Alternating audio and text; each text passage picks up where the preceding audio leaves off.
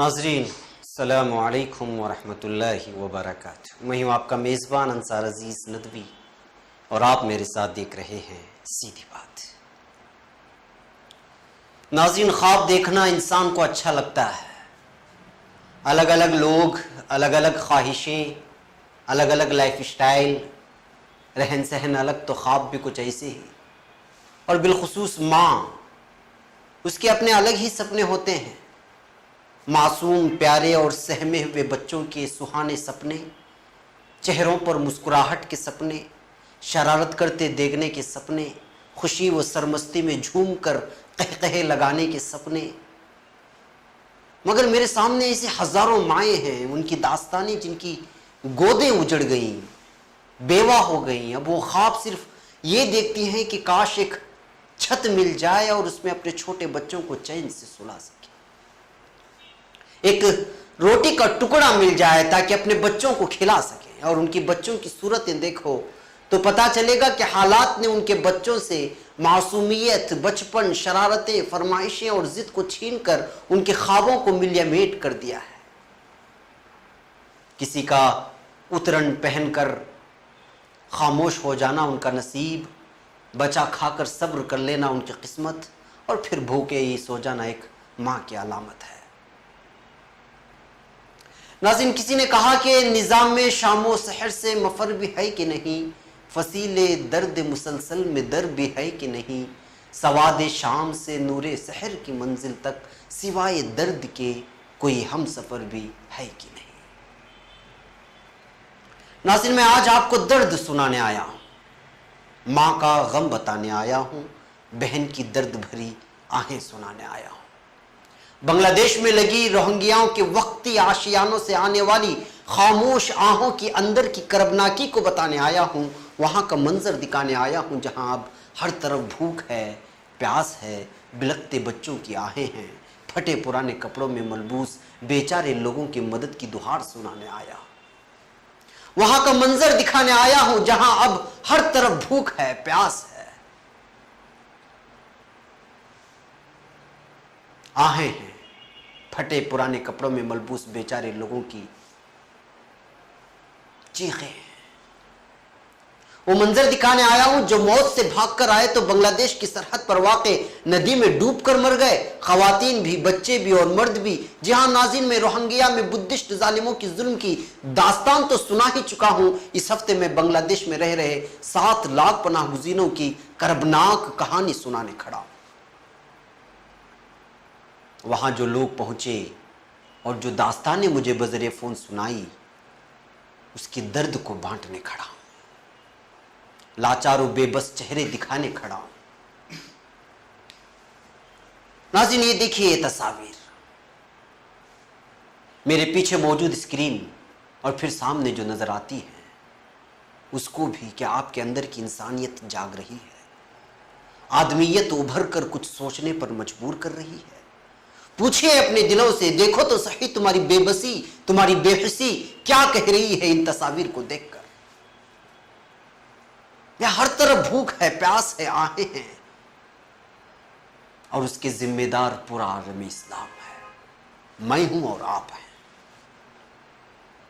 جی ہاں ناظرین، آج کی یعنی 10 اکتوبر 2017 بروز پیر کی تازہ رپورٹ ہے کہ بنگلہ دیش میں پناہ گزینوں کی کشتی حادثے کا شکار 12 افراد کی موت۔ میانمار سے اپنی جان بچا کر فرار ہونے والے پناہ گزینوں کی کشتی حادثے کا شکار ہونے کی وجہ سے 12 افراد، جن میں زیادہ تر بچے شامل ہیں، جنوبی بنگلہ دیش کے شاہ پیر جزیرے کے قریب کشتی ڈوب گئی اور یہ حادثہ پیش آیا، جس میں 10 بچے اور 2 خواتین کی لاشیں نکالی جا چکی ہیں اور بچاؤ کا کام جاری ہے۔ کشتی پر کتنے سوار تھے اس کا پتہ نہیں، مطلب یہ کہ عوام میں یعنی اموات میں اضافہ ہوتا چلا جائے گا۔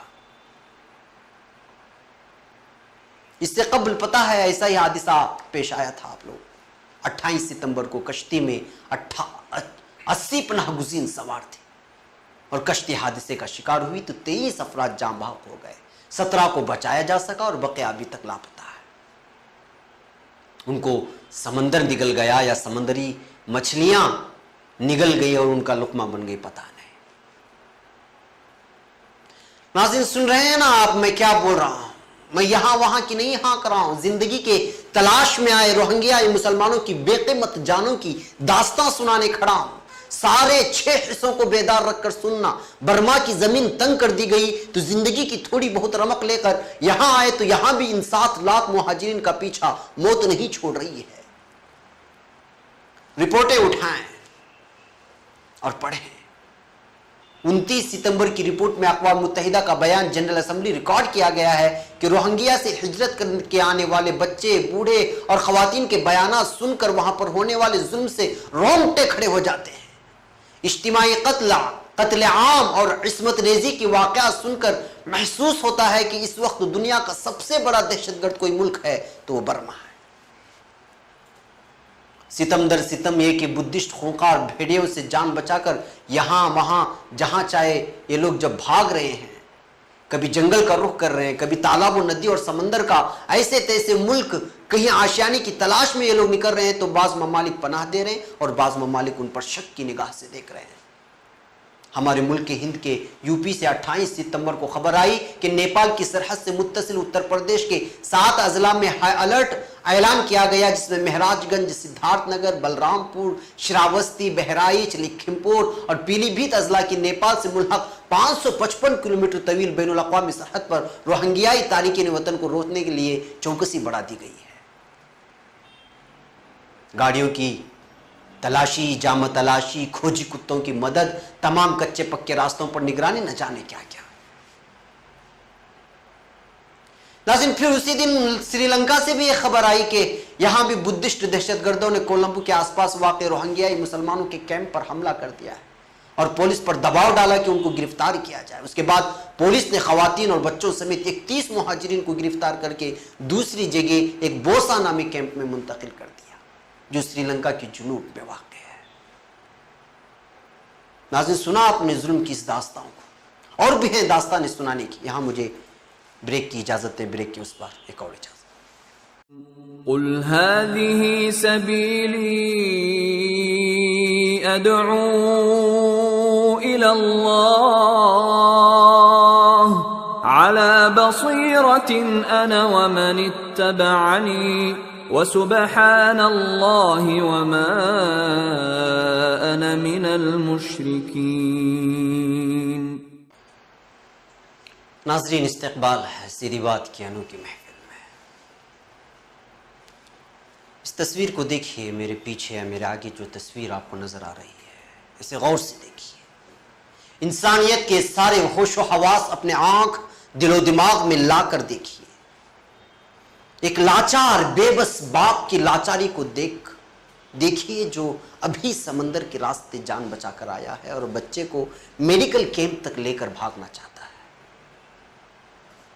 ساحل سمندر کی ریت سے اٹے ان بچوں کے چہروں کو دیکھو۔ بدھسٹ وحشی بھیڑیوں سے جان بچا کر سمندر کے راستے آئے تو سمندر کے دیوہیکل موجوں نے رحم کیا اور زندہ رہنے پر مجبور کیا تو بھوک نے ڈیرے ڈالے رکھے ہیں، اور ایک بسکٹ کی پاکٹ ہے اور ہاتھ پھیلائے ہوئے بچوں کی تعداد ہزاروں۔ ان تصاویر کو دیکھیے، بار بار دیکھیے اور محسوس کیجیے۔ ناظرین 25 ستمبر کو جو رپورٹ آئی مختلف ایجنسیوں سے، واقعی وہ رونگٹے کھڑی کر دینے والی تھی۔ اقوام متحدہ کے ڈاکٹرز اور طبی ماہرین جو یہاں موت و حیات کی کشمکش میں مبتلا عورتیں کیمپوں میں آخری سانسیں لے رہی ہیں یا جو بیمار ہیں، ان ڈاکٹروں نے کہا کہ بنگلہ دیش میں مقیم روہنگیائی خواتین کے ساتھ ظالم بدھسٹ فوجی نے وہ ظلم کیے اور ایسی زیادتیاں کی ہیں اور ایسا خوفناک جنسی تشدد اختیار کیا کہ جانور بھی شرما جائیں۔ IOM نامی بین الاقوامی تنظیم برائے مہاجرین نے سینکڑوں خواتین کا علاج کیا اور انہوں نے رپورٹ پیش کی کہ خواتین کے جسموں پر جنسی حملوں کے خوفناک گھاؤ تھے۔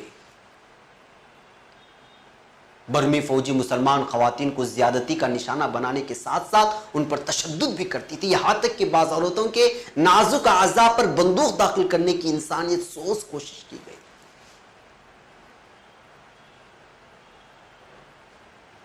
ایک ڈاکٹر نے بتایا کہ خاتون کے ساتھ کم از کم 7 برمی فوجیوں نے زیادتی کی اور وہ انتہائی کمزور اور صدمے کی کیفیت میں تھی۔ ناظرین آپ کو معلوم ہونا چاہیے کہ اقوام متحدہ کے ڈاکٹرز جنسی زیادتی پر کبھی کسی ملک کے فوج کے خلاف نہیں بولتے، مگر یہاں جنسی درندگی کی ساری حدیں ختم ہوتے دیکھ اور اس کی سنگینی کو دیکھتے ہوئے انہوں نے یہ رپورٹ پیش کی، جس کو دیکھ کر محسوس ہو سکتا ہے کہ برما کی فوج اور وہاں بدھسٹ دہشت گرد درندے کس خطرناک جانور کا روپ اختیار کر چکے ہیں۔ ناظرین حقیقت یہ ہے کہ بدھسٹ درندے وہاں کے خونخوار فوجیوں کے ساتھ مل کر نہ زمین تو چھین لی، ساتھ میں روہنگیا پناہ گزینوں کے لیے آنے والی امدادی کشتیوں کو بھی روک کر حیوانیت کی ساری حدیں پار کر رہے۔ 21 ستمبر کو جنوبی میانمار کے سیتوے سے یہ خبر آئی کہ ریڈ کراس نامی ایک فلاحی تنظیم کی امدادی کشتی کو روکنے کی کوشش کی اور اس پر پیٹرول بم سے حملہ کر دیا، اور اس موقع پر سینکڑوں بدھسٹ مظاہرین جو کہ لاٹھیاں، لوہے کے ہتھیار، سلاخیں وغیرہ لیے ہوئے تھے، وہ دہشت پھیلانے کی کوشش کر رہے تھے۔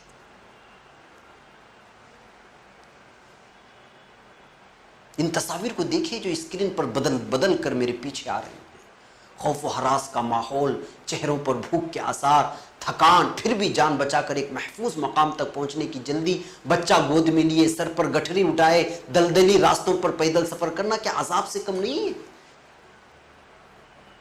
چہرے، جسم سب کے سب مٹی و ریت سے ہٹے ہوئے ہیں، کیچڑ بھرے راستے، بیمار ماں باپ، گھر کے بزرگوں کو چھوڑا بھی نہیں جا سکتا۔ ایک رپورٹ کے مطابق اس وقت پناہ لینے والے تارکین وطن میں سب سے زیادہ عورتیں اور بچے ہیں۔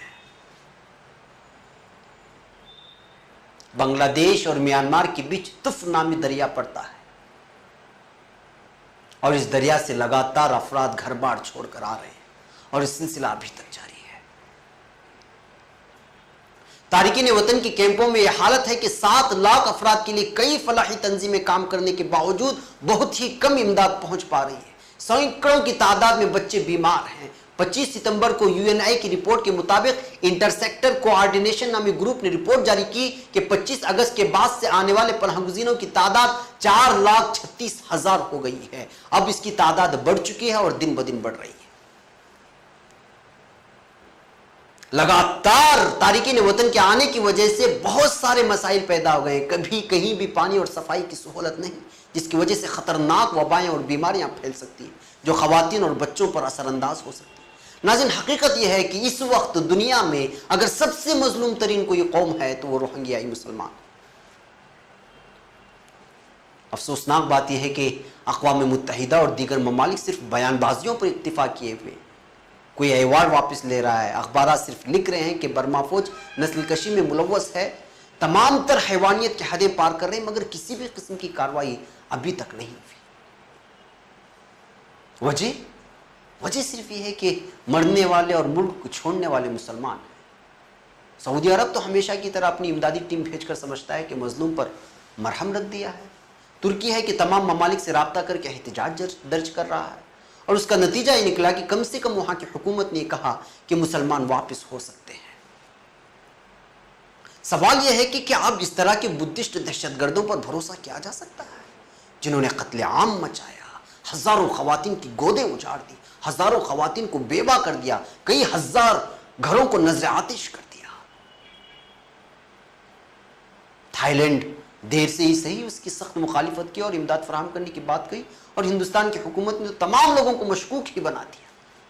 یہاں کے فوجیوں کو بنگلہ دیشی سکھانے لگے تاکہ اندر آنے نہ دیا جائے اور سمجھ سکیں کہ بنگلہ دیشی کون ہے اور روہنگیائی تارکین وطن۔ ناظرین ایک اور یہاں بریک کی اجازت ہے، بریک کے اس پار کچھ اور حقائق۔ قل هذه سبيلي أدعو إلى الله على بصيرة أنا ومن اتبعني وسبحان الله وما أنا من المشركين۔ ناظرین کیا کہا جائے اور کیا بتایا جائے؟ مظلوم کی دادرسی کرنا، غریب کو اس کی دہلیز پر انصاف دلانے کی جدوجہد کرنا جگر گردے کا کام ہے۔ ظلم کے خلاف بولنے والوں کی بھی کمی نہیں ہے، اور مظلوم کے حق میں دعائیں کرنے والوں کی بھی کمی نہیں ہے، مگر زمینی سطح پر ان کے قریب پہنچ کر ان کے زخموں پر مرہم لگانا، یتیم کے سر ہاتھ رکھ کر اس کے درد کو بانٹنا، معصوموں سے ایک باپ جیسی شفقت پیش کرنا، یہ بڑی بات ہے۔ مجھے بنگلہ دیش سے UNN کے ذریعے ایک رپورٹ پہنچی کچھ دن قبل. وہاں کی حکومت نے پناہ گزینوں کی حالت زار دیکھ کر یہ اعلان کیا ہے کہ 8 لاکھ سے زائد پناہ گزین جس میں رہ سکے اس قسم کا بڑا کیمپ بنانے کا حکومت نے فیصلہ لیا ہے، جس میں ہر قسم کی بنیادی سہولیات فراہم کی جا سکے گی. واقعی قابل تحسین اعلان تو ہے. ناظرین، اس وقت روہنگیا مسلمانوں کی جو حالت زار ہے وہ ناقابل بیان ہے. مختلف ممالک کے امدادی ٹیمیں پہنچ رہی ہیں. میں نے اس سیدھی بات کو آپ کے سامنے پیش کرنے کے لیے بہت ساری رپورٹیں کھوجی، جمع کیا اور اس کا نچوڑ پیش کیا. ہندوستان کی سب سے بڑی غیر سرکاری ہماری تنظیم جمعیت علماء ہند بھی وہاں ان کیمپوں میں پہنچی. سیکریٹری مولانا حکیم الدین قاسمی صاحب جو 24 گھنٹے اس طرح کے کاموں میں مصروف رہتے ہیں، وہ بنگلہ دیش واپسی کے بعد پھر اب بہار کے سیلاب زدہ علاقوں کے راحت رسانی کاموں میں مصروف ہے. اللہ مولانا کو ان کی پوری ٹیم کو جزائے خیر دے. دراصل بہار کے سیلاب زدہ علاقوں پر وہاں کے حالت زار پر میری سیدھی بات اگلے ہفتے آ رہی ہے. میں نے مولانا سے رابطہ کیا، وہاں کے حالات معلوم کیے اور ان سے درخواست بھی کی کہ کچھ بیان کرے. تو دیکھیے وہاں کے حالات کچھ بیان کر کے سیدھی بات کے لیے مولانا نے بھیجا ہے، اس کو سنیے. ٹھیک ہے.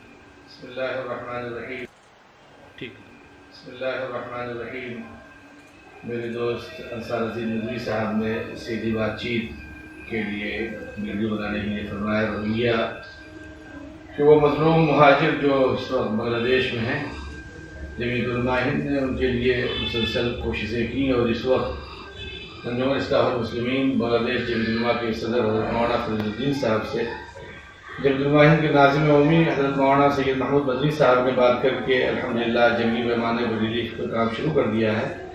اس وقت تقریباً 7 سے 7.5 لاکھ لوگ پناہ گزین ہیں اور میرا یہ ماننا ہے کہ یہ زمین پر ان سے زیادہ مظلوم اور تکلیف کی زندگی کوئی اور نہیں گزار رہا ہے.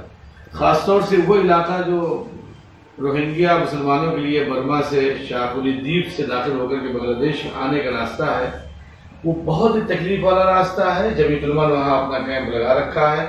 ابھی تک 50 لاکھ کے قریب اس پہ خرچ کیا جا چکا ہے، بنگلہ دیش کا جو ٹکا کہا جاتا ہے.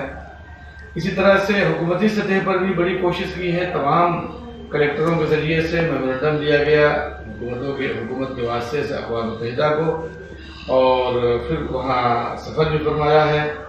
اس وقت ہم سیمانچل میں ہیں. جیسا کہ آپ حضرات کو معلوم ہے کہ 12 اگست سے سیلاب آیا اور جمعیت علماء نے یہاں جمعیت ریلیف کمیٹی بہار کے ذریعے سے سیمانچل کی 4 ضلعوں اور اتر دیناجپور میں بڑے پیمانے پہ کام پہلے بھی کیا ہے، اس وقت بھی کر رہے ہیں، آئندہ بھی کرنے کا فیصلہ لیا گیا ہے. 700 گاؤں کا اب تک سروے ہو چکا ہے. اللہ تعالیٰ جمعیت علماء ہند کی کوششوں کو، کاوشوں کو قبول فرمائے. ناظرین، جمعیت علماء ہند اور اصلاح المسلمین پریشد مل کر یہاں پر کیمپوں میں کام کر رہی ہیں اور خوب کر رہی ہیں اور رات دن کر رہی ہیں. مولانا حکیم الدین صاحب نے کئی رپورٹیں مجھے روانہ کی.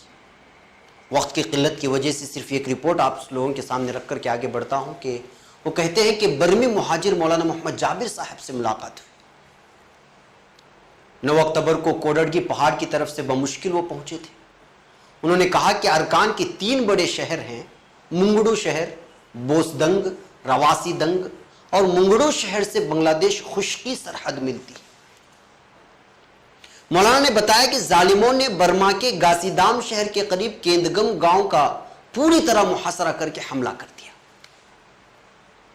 اور اس بستی کے اکثر مرد حضرات کو گولیوں سے اور آگ لگا کر شہید کر دیا. گاؤں کے سبھی تقریباً 2500 مرد عورت بنگلہ دیش کی جانب بھاگے. ایک پہاڑی پر سے پلٹ کر جب ظالموں کی طرف نظر کی تو ہم اپنے گاؤں کی 7 نوجوان بہنوں کو ظالموں کے چنگل میں دیکھ کر وہیں پر رک گئے. اپنے آنسو پوچھتے ہوئے مولانا نے بتایا کہ پھر ان بدنصیب آنکھوں نے ظالموں کے ذریعے بستی کی ان 7 بہنوں کو آگ میں زندہ جلتے ہوئے دیکھا. کچھ وقفے کے بعد مولانا نے کہا کہ مذکورہ بالا تینوں شہروں اور ان کے قرب و جوار میں قریب 105 بڑے مدرسے تھے. ظالموں نے کچھ مدرسے سال 2012 میں اور کچھ اب 2017 میں سب جلا دی.